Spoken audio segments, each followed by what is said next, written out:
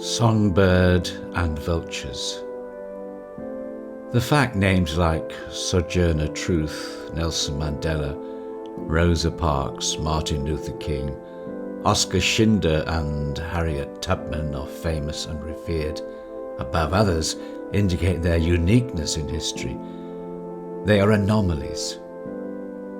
Mankind is rotten and putrid to its core. The Third Reich was no fluke, nor were the conquistadors, nor the Romans or barbarians before them. The blood shed by guillotines, crosses and firing squads are testament to an insatiable brutality in our species. War is our status quo, not peace. Subjugation is our sine qua non, not freedom. The incessant need to bifurcate society is innate and powerful. It is part of who we are as man. We can no more cull its demand on our psyche than a wild animal can resist baring its teeth before prey. Mankind is rotten and putrid to its core.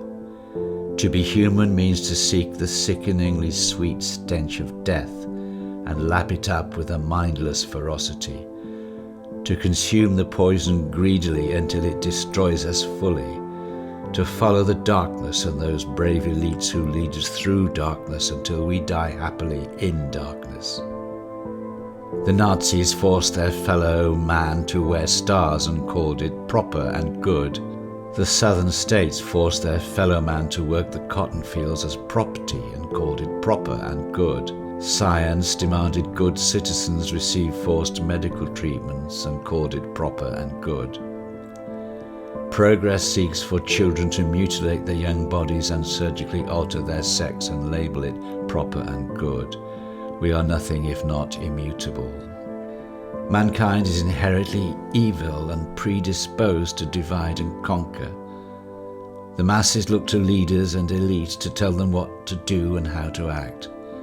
The fact these elites, by virtue of their raw humanity, choose to divide and segregate is no real consequence. If that is what they say is good and proper, they will be obeyed.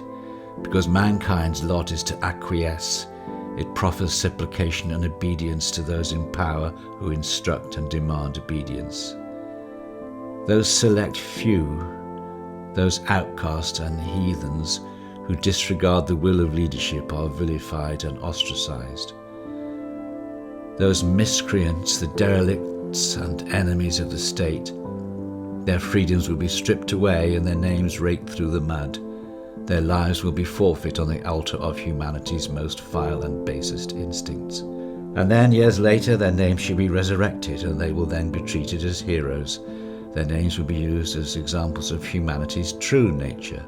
Since, they will say, great men and women will always stand up proudly against tyranny.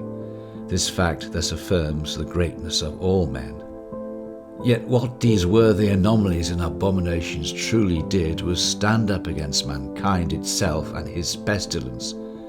Those divine few chose to stare deep into the face of the rotten and putrid soul of man and dare to say, "You lot are pure evil. We will not bend the knee before your unholy altars.